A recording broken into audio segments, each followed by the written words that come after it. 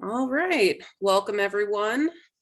Happy Hump Day. My name is Cassandra Ferrugia. I am NAMI New York State's Associate Director of Communications and Outreach, and we're really happy to once again present our Wellness Wednesday series, which we started last year for Mental Health Awareness Month. So thank you all for joining us again today. This is part 2, Talk Saves Lives. Last week we did mental health in schools, and next week we will be focusing on setting SMART goals using a peer-to-peer perspective. So how to set SMART goals for your mental wellness. And then lastly, at our last week of May, we will be holding a discussion called Rethinking Wellness, Thriving versus Surviving, which will highlight the different dimensions of wellness and talk about some of the importance too and some of the barriers in accessing preventative care. And we're really grateful to have Lynn Keyes here today with us. She is on the board for the American Foundation for Suicide Prevention, and Lynn will tell us a little bit more about herself. As she presents, I will be taking all the questions in the chat. So if you have any questions as it's going on, feel free to ask, and I'll bring them up to Lynn so we can have a nice flow. I will be muting everyone, so just try to keep yourself on mute and use the chat. If you have any questions, you can direct them to me. My name will be Cass in the messages. All right, Lynn, thank you so much. You can get going. Thank you, Cass, and thank you, NAMI. Thank you so much for having this presentation here today. My name is Lynn Keyes, and in addition to being on a board member on the American Foundation for Suicide Prevention, or the AFSP Capital Region, I'm also on the Rensselaer County Suicide Prevention Task Force and Postvention Task Force, and I'm a registered New York State suicide prevention educator. So thank you again. So our program today was created by the American Foundation for Suicide Prevention. It's called Talk Saves Lives, and it's an introduction to suicide prevention. So we'll be going over several different parts of suicide prevention. And it can be suicide. I'm just gonna click out of here. Okay. So suicide can be a sensitive topic to discuss, but talking about suicide is critical to its prevention. And I'm grateful that you've joined us for this very important conversation. Our goal for today is that you learn more about suicide prevention and to become more comfortable talking about suicide. Suicide's a health issue and a complex health issue complicated by stigma. And stigma affects how we talk about suicide and often prevents how those surviving someone else's suicide are treated. They may not get the community support that we would give a family or friends whose person died by reason other than suicide. So we do need more trainings and more talking openly and directly about suicide. Suicide can be prevented. There was just a study done that said 93% of Americans believe that suicide can be prevented. I am one of them, and hopefully after this training, you will understand that there is truly hope for suicide prevention. And that is, despite its complexity, suicide can be prevented. The American Foundation for Suicide Prevention is the largest funder of private research money in the country. And through that research, we have discovered that there's warning signs and risk factors for other health crises like cardiac arrest. And we can learn and recognize risk factors and warning signs for suicide. And so through those, we can help people help themselves pick up the mulch. Just one stay bag. alive. As with other health issues, prevention can start early, far in advance of the problem, or prevention can occur closer to the time of the crisis. Time can be a critical and life-saving measure. Typically, A life can be saved if you allow time for the person's suicide risk to subside or to get through that period of distress and to get mental health help. To prevent suicide, we need to identify persons who may be suicidal, as well as take an active role in connecting them to help before they take action to end their lives. Today, we're going to talk about the scope of the problem, the research, prevention, and what you can do. Because the purpose of Talk Saves Lives is to provide community members with a general overview about suicide, who it affects, and what can be done to prevent it. We'll cover some statistics, review some key research findings, and we'll talk about what works and what we can all do to prevent this leading cause of death. First, how we talk about suicide matters. We'll just go over some terminology that we encourage you to use today to help prevent stigma. So we ask that you avoid saying committed suicide or failed or successful attempt. You know, we certainly can and do commit acts of kindness every day. We commit acts of love, but we also commit sins and we commit crimes. So we believe, and the research supports this, that to use that word committed can really increase the stigma of suicide. So instead of saying committed, we say died by suicide, ended their life, killed themselves, or they had a suicide attempt or death by suicide. Failed or successful attempt, well, there's nothing successful about somebody dying. So they either attempted suicide or they died by suicide. The scope of the problem. Suicide is a significant issue that affects everybody, individuals, families, and communities worldwide. Over 800,000 people die by suicide each year, and that's worldwide. It's a global problem, and it is most likely grossly underreported. This statistic comes from the World Health Organization, excuse me, the WHO, and not every country is even a member of WHO. So there's those non-member countries, their suicides aren't even being reported. And then, of course, there's the issue of, did someone really die by suicide, or was it an accident? Day, right? So we estimate the numbers to be higher. Someone dies by suicide every 40 seconds worldwide. In the US, suicide is the 10th leading cause of death. However, there is some good news right here, because contrary to what you may have heard or seen, suicide is actually going down. For the first time in 2019, 47,500 people died by suicide. And for the first time in 20 years, that was a decrease. In 2020, 45,979 people died by suicide. So we're on the way down, and there's every reason to believe from the statistics that are in 2021 that trend continues. However, it's not across the board. Younger people, 10 to 24, their rates are continuing to be pretty steady. But overall, suicide is going down. Lynn, And yeah. we had a question in the chat. How has COVID affected the rates of suicide? Well, we think that the pandemic is a cause of the suicide rates being lowered. It's kind of that we're all in the same boat mentality. And when something happens like the pandemic, or another example is 9/11, here people tend to gather together and they feel united and they feel less alone. We're all together in this.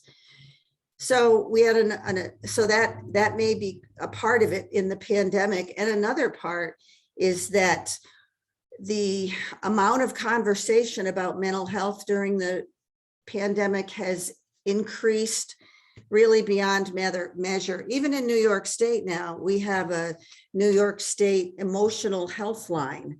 And that is, I have the number at the end for you for that, but it's for people who can call, anybody that's having trouble with anything pandemic related, depression, finances, fighting with their family members. That number is there. It's not 24/7, but it's pretty close.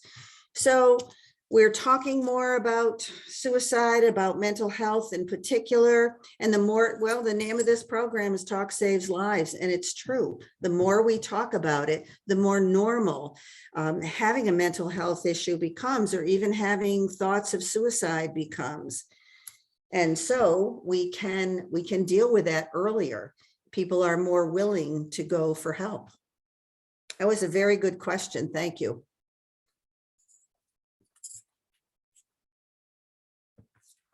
For every suicide, 25 others attempt. And before we go any further, did I answer your question well enough? If not, let me know and we can talk more about that. So for every suicide, 25 others attempt suicide, but that means about 1 million Americans each year survive a suicide attempt. Suicide impacts communities, individuals. Oh, we got way ahead there. When you think about any loss, it impacts many people in the community, and suicide is no different.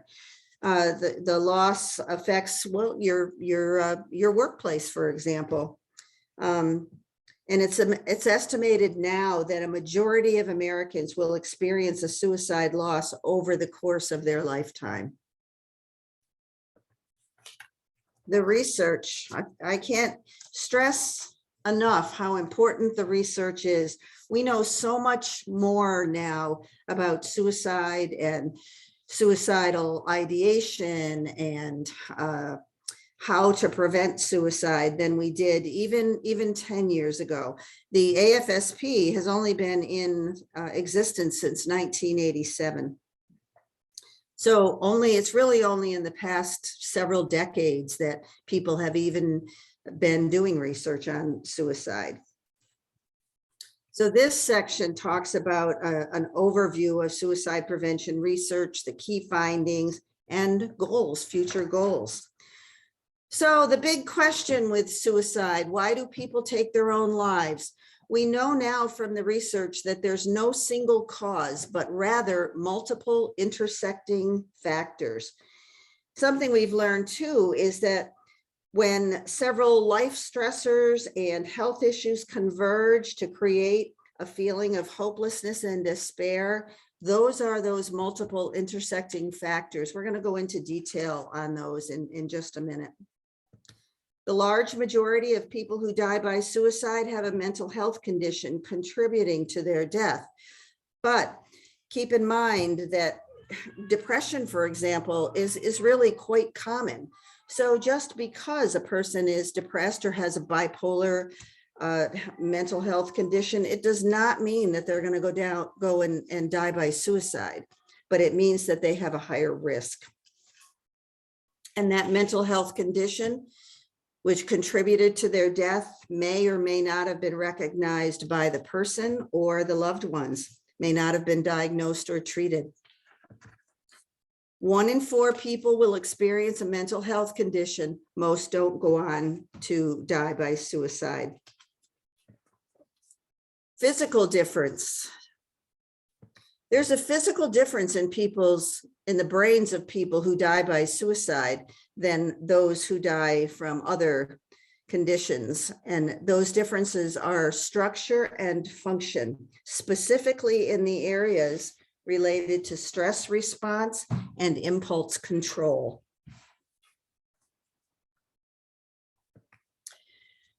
Most people who are suicidal are ambivalent about taking their life. And that means that people who are thinking about suicide are most certainly thinking about dying, but they're also thinking about living. They're conflicted. They're in a constant debate with themselves. Do I live? Do I die?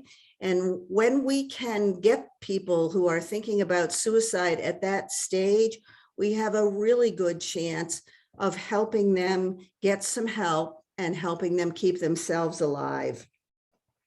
So the way we do that is we engage the part of the person that wants to stay alive, and we help to create distance from the part of them that wants to die. And we do this by helping connect with reasons for living and decreasing the visibility and presence of things that may facilitate their desire to die. And we do this with compassion, always with compassion. This perspective of a suicidal person, crisis point's been reached, they are desperate to escape the pain, and their thinking becomes very limited. And again, we hear people talk about they just want this pain to stop. And when that pain becomes so severe, their thinking becomes very limited. There's research that talks about studies that have been done that show that their thinking becomes so limited and their options vanish. So say, for example, if someone is going to die and they don't have access to the means which they have chosen, the means are the method that people use to die by suicide. That's why there's a whole big program called Means Matter, because if we can keep the means from someone with suicidal thoughts, we know now that they are simply in that moment of crisis, they're simply unable to even think of using another means to die. So they just go on and they live. It's really amazing. This pain makes ordinary thinking really nearly impossible. It's a state of intense tunnel vision where other options seem really unavailable. Someone who considers suicide can't foresee a time when that unbearable pain will end. So when we are able to understand the perspective of the suicidal person, we're also able to learn that suicidal feelings are often temporary. They can be really minutes or hours or 2 days or a week. And that is the time that, again, if we can get to them at that point, that we can help themselves stay alive. And that putting time and distance between an individual who's suicidal and the means to take their own life can be a life-saving action. That's why it's so important that we take steps when we know someone is struggling and to help them help themselves stay alive. Who's at risk? The short answer is everybody. But we do know that there are key factors which increase the risk for suicide. Some people have a higher risk for suicide. So we know, for example, that veterans, we know that they have a higher risk for suicide, and as do all first responders. We live here in a pretty rural area. We're surrounded in Albany by farms and farmlands. Farmers actually have a higher risk of suicide.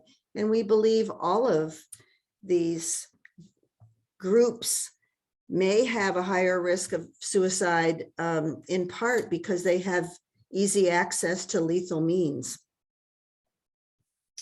But the risk factors that the research has shown us are health reasons, historical reasons, and environmental reasons. So just like somebody who's at risk for heart disease because of high blood pressure or a history of heart disease in the family, some people do have a higher risk for suicide than others. So when these health factors converge, and you can see these 3 circles are joined, when these factors converge, again, that's when a person's risk for suicidal behavior can increase. So the health factors, mental health conditions. Depression is the mental health condition most closely associated with suicide. Again, if any of you have a mental health condition, you are probably being treated. If you think something's wrong, get some help. Anxiety disorders, eating disorders, PTSD, substance use disorders, these are all factors that can increase a person's risk for suicide. Other health factors, serious or chronic health issues, chronic pain, serious head injury. So somebody who has a traumatic brain injury, a TBI, they may be at a higher risk of suicide. Historical factors, family history of suicide. And when I say family, I don't mean only blood. I mean the people that we choose to be our family. So if your family has had a history of suicide, your risk is increased. Family history of mental health conditions. Childhood abuse could be mental, physical, emotional, sexual, but childhood abuse plays a part in a higher risk factor. If you have had a previous suicide attempt, you have a higher risk. And loss. And loss, loss can be so many things. Could be a death, it could be a divorce, it could be just a breakup. It could be your house burns down, it could be you lose your job. It could be, for example, with younger people, when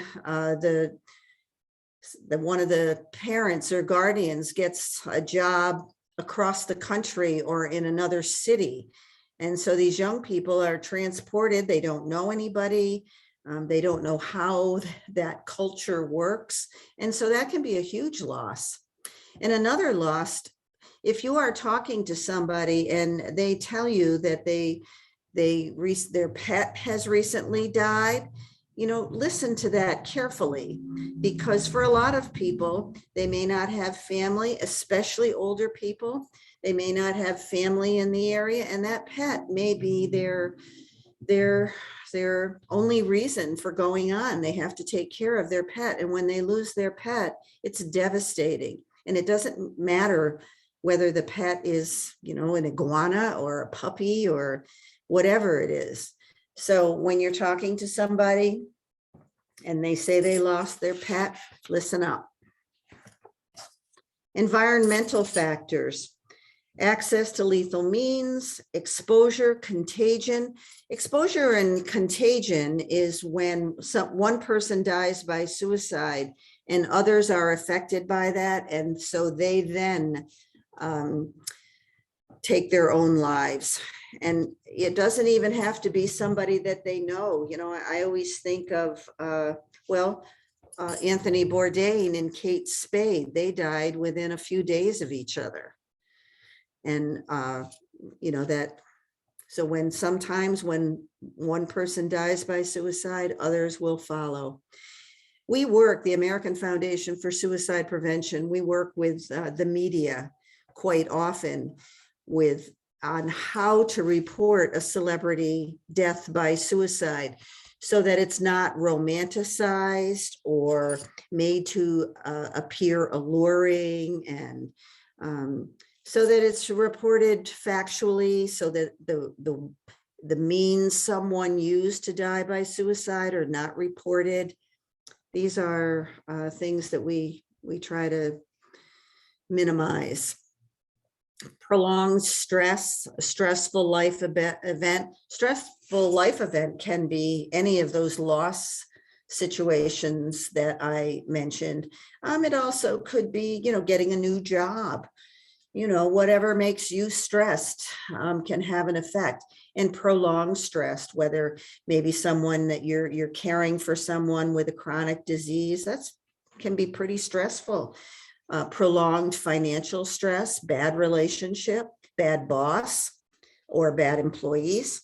They can all contribute to the environmental factors. So what others see, they see somebody that looks a little sad. And what they don't know is that that person maybe has a genetic risk. Maybe they have depression. Maybe they have prolonged stress at work. Maybe they're drinking more than usual or drugging more than usual. So a lot of times when someone dies by suicide, the story only talks about the environmental factors, what people see. Oh, well, you know, they just had a breakup, or gee, was there a boy involved, or was there a girl involved? Or, oh, you know, their house just burnt down. We see those things, and those things are very clear. We're able to see those things, but we may not know that these other factors are in play. Just what we see on the surface is never the full story. It's the combination of these risk factors that could have contributed to the suicidal death.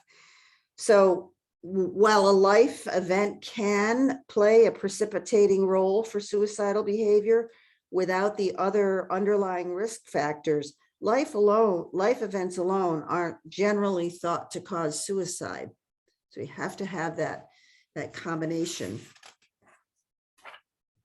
So the importance of the research, we are just doing everything, looking for biomarkers, something in our blood that may tell us that somebody has a higher risk for suicide, or maybe in our gene makeup that we would have a higher risk. We're looking at psychotherapies that are more effective than others. Cognitive behavioral therapy is very effective with suicidal thinking and depression, both. Interventions and also medication. You know, people, sometimes the medication makes people feel funny. The side effects make them, you know, unhappy, and that makes them so they don't want to take the medication. So we're working on medications that are more able to pinpoint the actual issues with fewer side effects. Prevention. Well, as there are risk factors, there are also protective factors. Mental health care, cannot stress that enough. These protective factors lower a person's risk, and we are asking and encouraging people to be proactive about their mental health. What we want is for us all to be able to discuss our mental health as easily as we discuss our physical health. So I might say here today, you know, my arm is killing me. I don't know what I did to it, but it really hurts. And you would all say, well, you better go to the doctor, get it checked out, and see what it's about. And I would say, yeah, you're probably right. But right now, it's not really very often that I would be able to sit here and say, you know, I've been feeling so sad lately. You know, I used to have a glass of wine a couple of times a week. Now I have 2 glasses every night, and I don't even feel like getting out of bed. That would give you the opportunity to say, oh, you better go to your doctor and see what's going on. But we don't always do that because of the stigma. So when someone is struggling with depression or anxiety, psychosis, substance abuse, these protective factors can erode and temporarily weaken. So having friends and family to remind us about our strengths can be a tremendous protective factor. I mean, let's face it, life can get pretty tough, but being able to see a way through a problem can be a protective factor. So mental health care, I can't say it enough. If you are having some problems, like I mentioned, too much sleep, not enough sleep, drinking or drugging too much or more than you used to, see a healthcare professional. You can start with your GP. That can be a protective factor. And family and community support. So very important. And yet, very often when someone is thinking about suicide or having a mental health issue, they want to withdraw from family and friends. Whereas right then is when they need them the most. Problem-solving skills. I love this one because some of us are lucky enough to be born with problem-solving skills, but not all. But problem-solving skills can be learned. So they are a real protective factor. Cultural and religious beliefs. You may belong to some religious organization that frowns on suicide. That might be a factor for you, or just any organization can provide time with people that can be a protective factor. And the problem-solving skills too, that can affect your ability to talk to somebody about your thoughts and about your depression. Mental health care is an important ingredient for preventing suicide. Getting effective treatment for mental health conditions like depression or anxiety can prevent suicide. So we need to get people, ourselves and others, connected to the treatment. And when we do that and we talk about our mental health, we destigmatize it, we normalize it. And we need a culture where everyone knows to be smart about mental health. One way, again, to encourage individuals to seek help for their mental health conditions is to treat mental health like any other aspect of our health. Sometimes people get ill and sometimes they need treatment. So it's critical to seek a trained professional. Being proactive about our mental health, make mental health a priority. See a doctor or mental health professional, get an evaluation, discuss treatment options, and find out what works best for you. That is something that has most certainly changed in at least the last decade.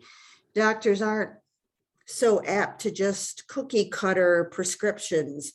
They're apt to talk to you more about what your life is like and explain more about the side effects of certain medications. And can you be okay with those side effects? Does your lifestyle work if you have those side effects? Because for some of us, they just don't.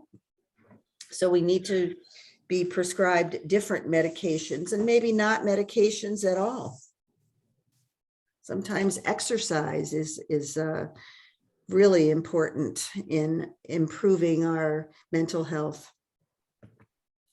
The law requires insurance plans to cover mental health services the same as physical health services.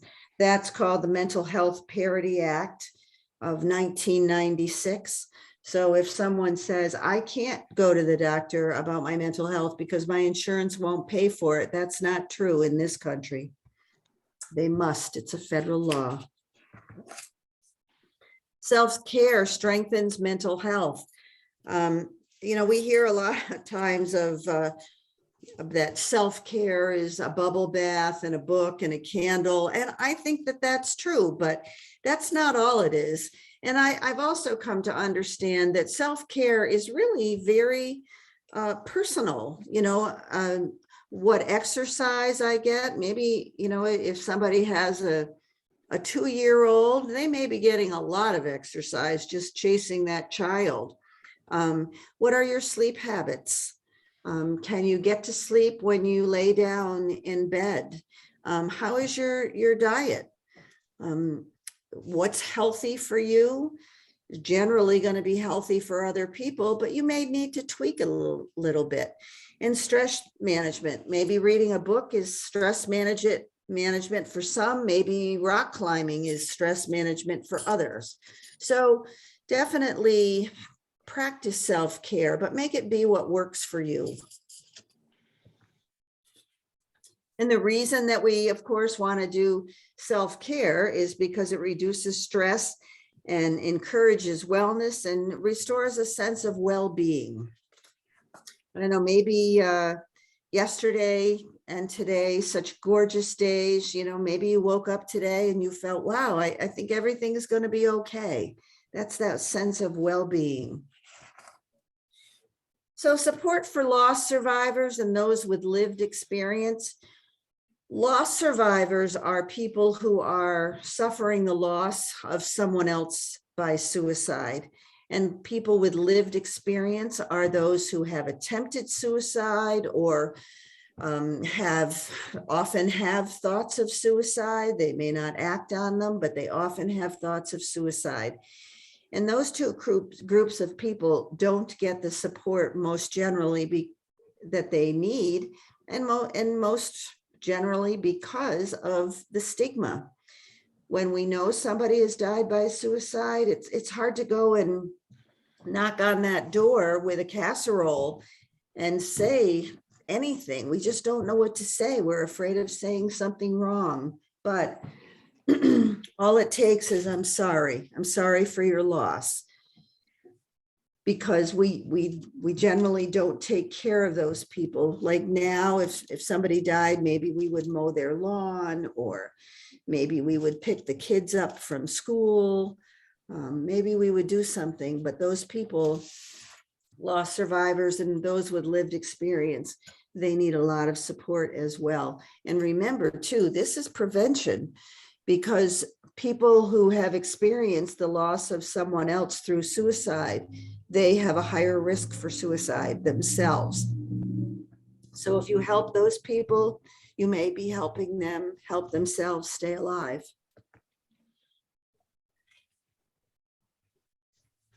The most important thing you can put between a suicidal person and their way of ending their life is time.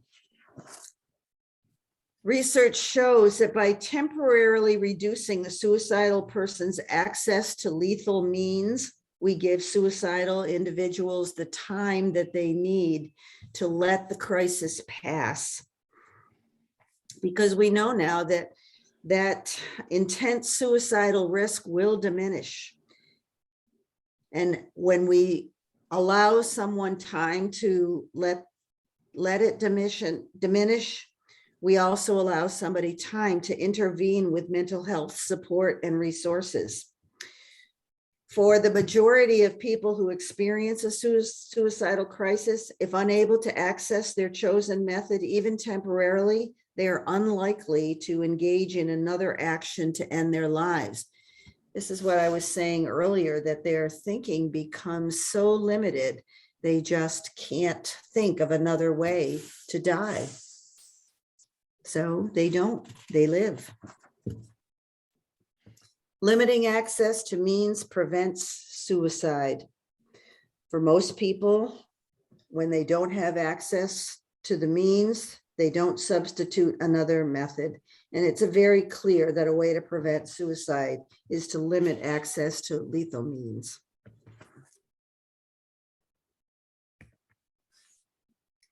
And how do we do that? Well, there's many, many ways. Carbon monoxide sensors in cars, you can buy these on Amazon for about $25. They attach to the motor, and there's a sensor in the cabin that senses when the carbon monoxide level becomes dangerously high. And when that happens, this sensor turns the car off and will not restart the car until the level has dropped. And even those few minutes that takes for the carbon monoxide to diminish in a cabin, just those few minutes can be enough to make that person say, wait a minute, what am I doing? Enough time to allow the suicidal crisis to pass. Same with the blister packaging for medication. You probably know what I mean. You know, they're the cards, and each pill is in its own little packet. You know, by the time somebody gets enough pills out of that packet, the suicidal crisis may have passed, and they may say, wait a minute, I don't really want to die. Barriers on bridges, the Golden Gate, probably the most used bridge for suicide in this country, now has barriers. Prior to the barriers, about 1,600 people died by leaping from the Golden Gate Bridge. So no more. Lynn, I'm sorry. It looks like we had a question. Someone raised their hand. Okay. I'm not sure if she still has her question. You're on mute.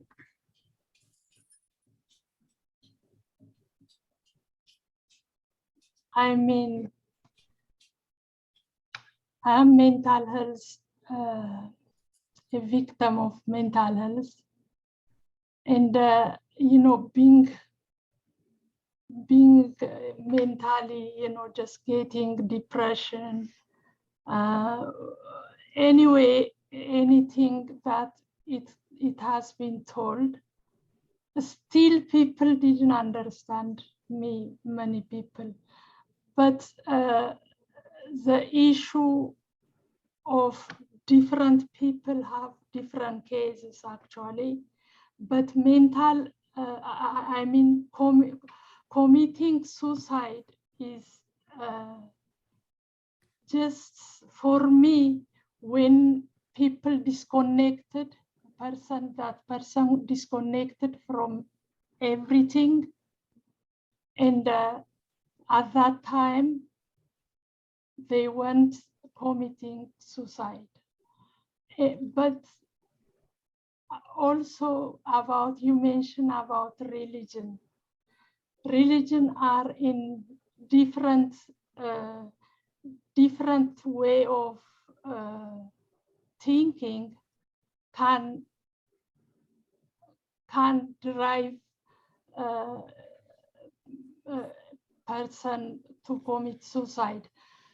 But for me, my religion keep me.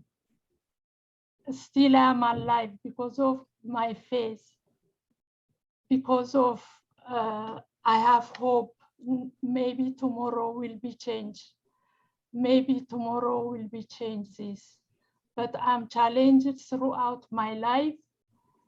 I read many books while I was young, but now I don't know what book I can read. I'm just, instead of reading, I want to write. Yeah, thank you so much for sharing.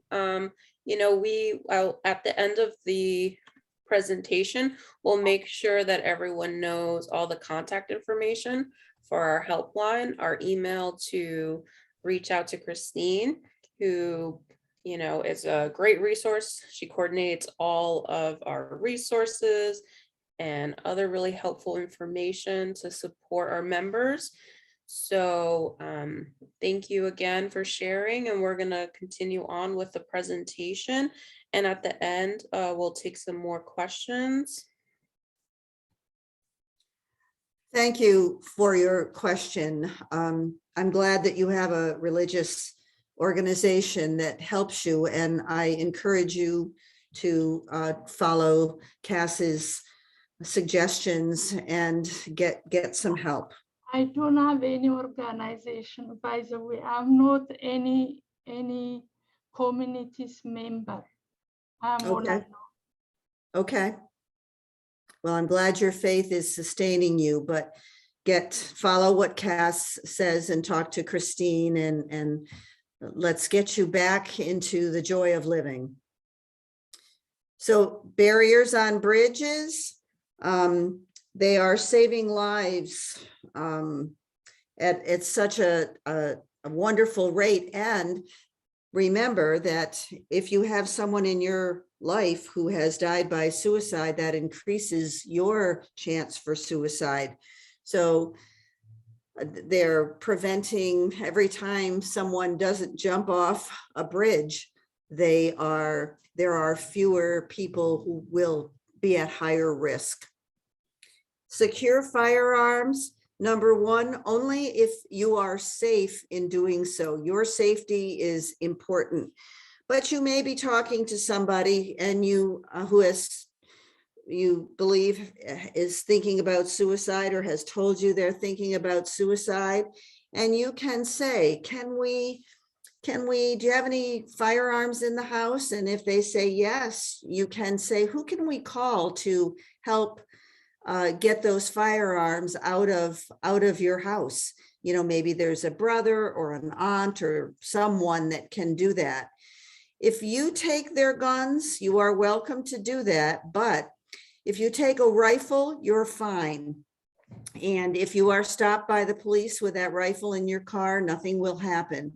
However, in New York State, pistols have to be registered. And if you take someone else's pistol and you are stopped by the police, you are in illegal possession of a firearm because that pistol is not registered to you. So keep that in mind. But if you can safely secure the firearms, then do so. So what can you do? What can I do? What can we all do together?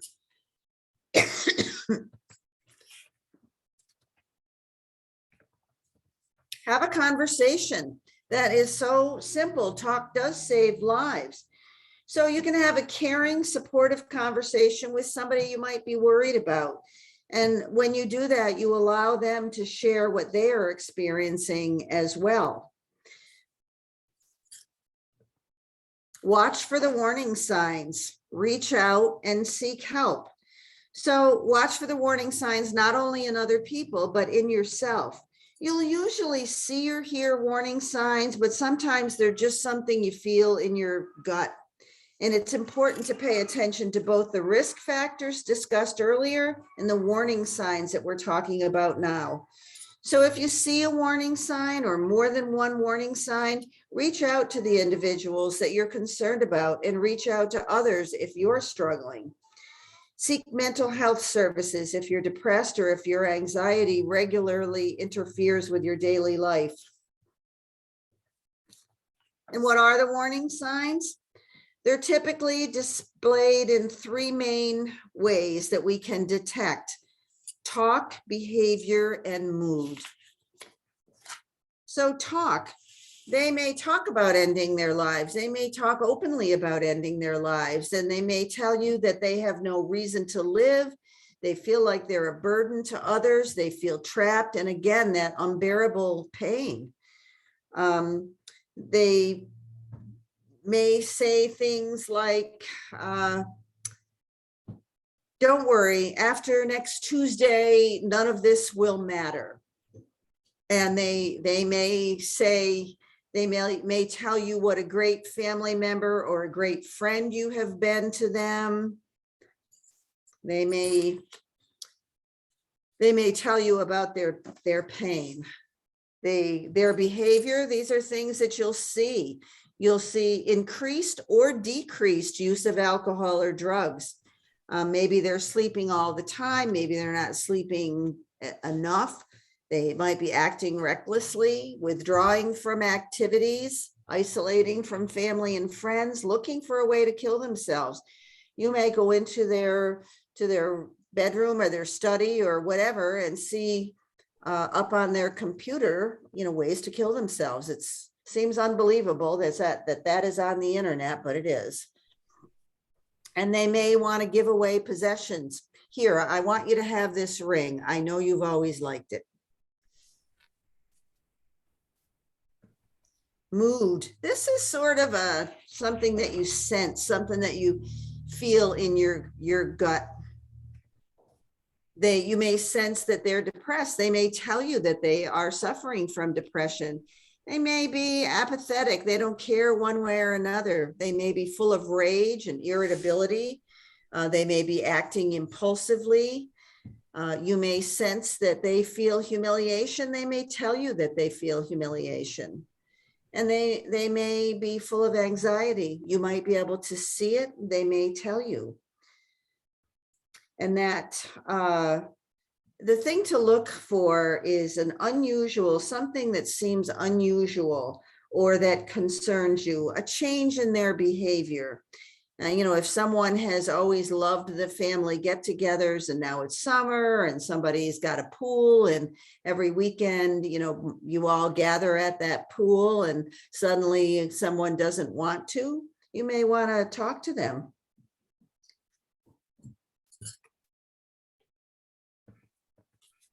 Trust your gut. assume you're the only one who's going to reach out. So there's a lot of things to look for. So again, changes in behavior and trust your instinct. So, and a general rule of thumb is that if you're wondering if someone is depressed or overly anxious, that's a sure sign that you should reach out. Same goes for you. If you're having thoughts of suicide, seek help. If you have reached out before, reach out again. The first time you reach out, somebody may not be receptive, but keep trying. Try talking to someone else or with a professional. And even if suicide turns out not to be a concern, they may still be in distress, and they may feel comforted and supported just by knowing you care and are taking the time to listen. How do you do this? Well, talk to them in private. You can talk to them if you must on the phone or by Zoom or in person, but talk to them in private and listen to them. Listen to what they're saying. So you may start the conversation by saying something like, gee, John, I've noticed a lot of changes in your behavior, and there's some things you've said to me that I'm kind of worried about. Are you doing all right? And they will tell you what's happening. Well, I lost my job, or my husband left me, or all the kids are gone and moved away now. And, my car broke down. I don't have enough money to pay for that. They'll tell you what is going on. And you're going to listen with concern and caring and compassion. And it's perfectly okay for you to ask directly about suicidal thoughts. Are you thinking about suicide? Are you thinking about ending your life? And some of you, when I say that, somebody might think, oh yeah, right, I'm supposed to ask somebody about suicide, and then they're not thinking about suicide, and I plant that seed in their mind. That's not how it works. That we know that from the research too. Chances are good that if you are sensing something is wrong, something really is wrong. It may not be suicide, but chances are good that it is. So do the best you can to ask directly about suicidal thoughts and encourage them to seek mental health services. It's wonderful to talk to somebody, but the treatment piece has to be there. Really encourage them to seek mental health services. Avoid minimizing their feelings, avoid trying to convince them life is worth living, and avoid advice to fix it. So minimizing their feelings, so they tell you that, their spouse has left them, or, their house is burned down. So minimizing their feelings might be saying something like, well, big deal, John, your house burned down, but everybody got out alive and you can just rebuild. Well, that sounds easy, but not maybe to this person.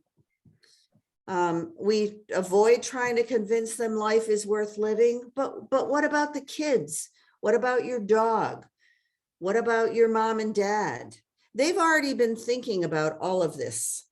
Everything you can say to them, they've already been thinking about. Remember, they're in conflict. There's a part of them that wants to live, but also a part of them that wants to die. And this is part of that internal debate that they're having. Avoid advice to fix it. Same thing. Well, what about marriage counseling, John? They've already thought about that and very possibly tried it. But the point in this slide is to just listen. Listen to them and ask them directly, as directly as you can, if they're thinking about suicide, and help them to connect with some treatment. They need to be heard. If they're in crisis, they really do need to be heard and then helped by helping them to get to a mental health professional. Help them take active steps towards keeping their environment safe, and that's the removal of lethal means. If you think they might make an attempt soon, stay with them. Help them secure or remove lethal means and escort them to mental health services. Again, if this is safe for you, you can do all this. And we're going to see at the end in just a couple of pages will be the National Suicide Prevention Hotline. That is a wonderful tool. Maybe you can't, or they can't get an appointment right now with a mental health counselor, but they can call the Suicide Prevention Lifeline.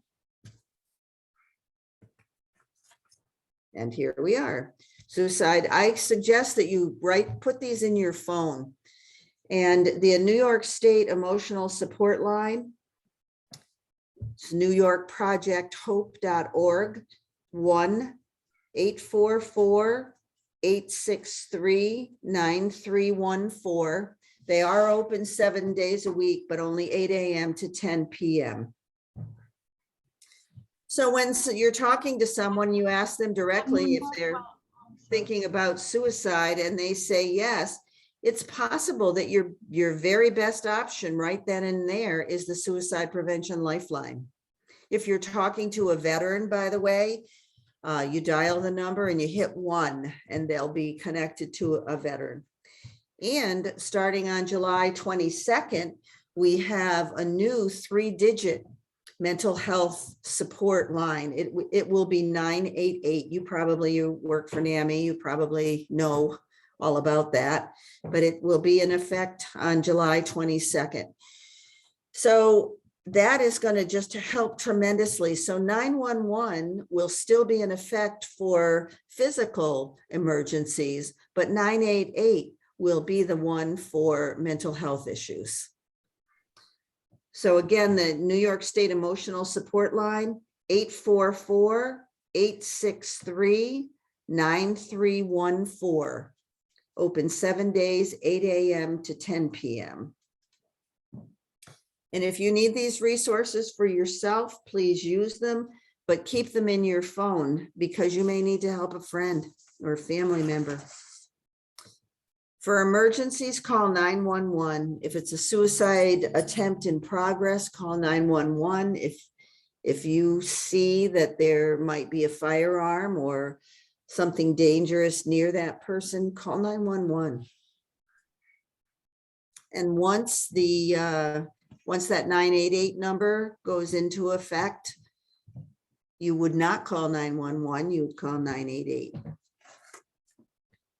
So we can create a culture that's smart about mental health and suicide prevention. We can do that together. We'll save lives and vastly improve the lives of many more. We can do that, and we are. So talk saves lives. It truly does. It's simple, powerful, and it does save lives. By caring and reaching out, we can all play a part in suicide prevention. It's simple idea, but it does work. Thank you so much for being here and attending this presentation. Cass, is there anything in chat that we need to answer? Yes. Oh, so wonderful. let's Christine. take a look back. So do you find that folks with passive or even active suicidal thoughts have a hard time talking to loved ones because they're afraid the loved ones will panic or that they will be forced to be admitted to an inpatient facility? What is the best way to address that?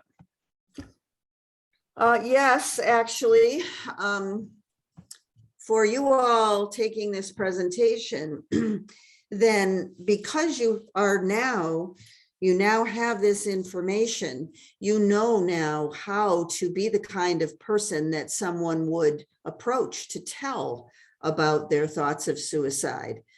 We're going to be kind and caring and above all, compassionate. And we're not going to judge them, and we're not going to offer advice to fix things.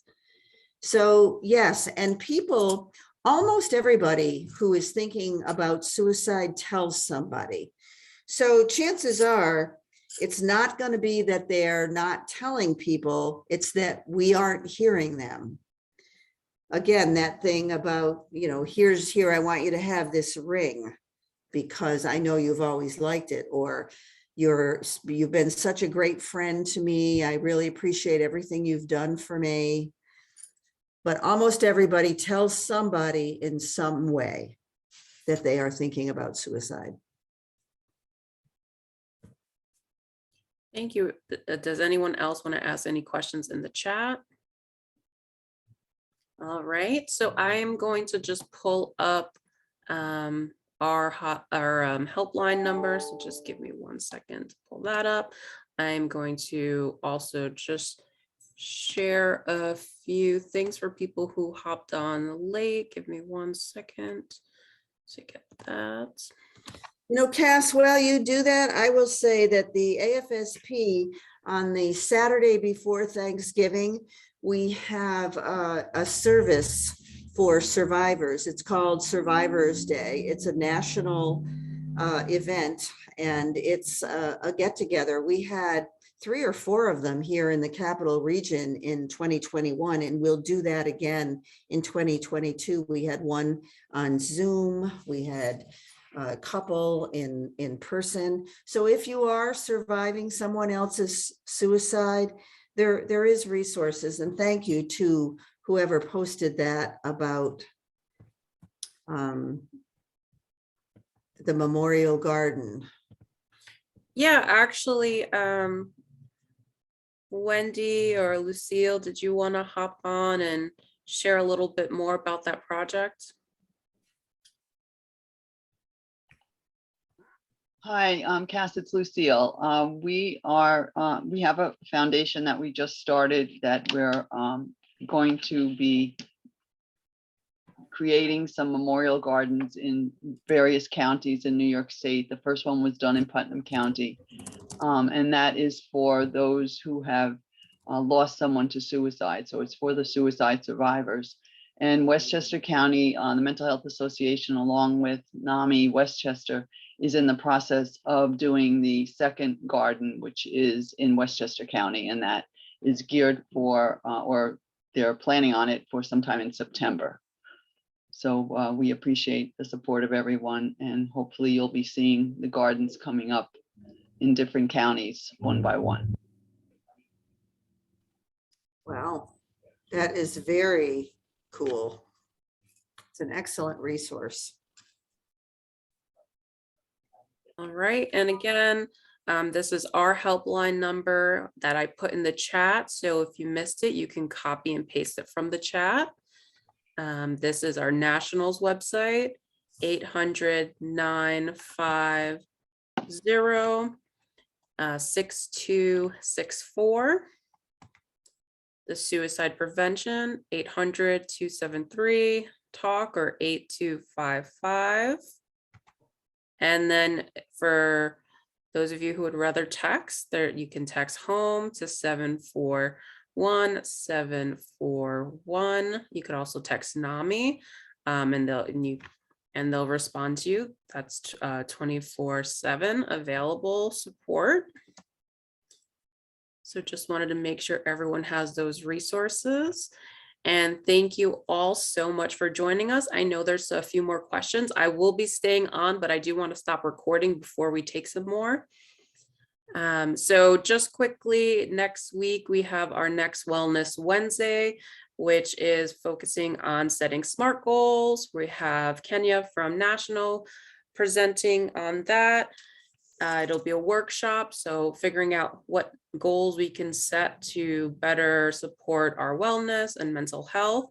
And then lastly, rethinking wellness, so we'll have a few different experts from the field sharing information about the different dimensions of wellness, thinking about it holistically, mentally, spiritually, physically, and thinking about what the importance of getting preventative mental health care and healthcare in general, and some of the barriers for some communities that they face. So please sign up, register. It's in our e-news, it's on our website. And we also have our NAMI Walk in Westchester coming up this weekend. Next week, they have the NAMI Walk in New York City. There is Mental Health Awareness Day here in the Capital Region. So please look out for all that information. And now I will stop recording.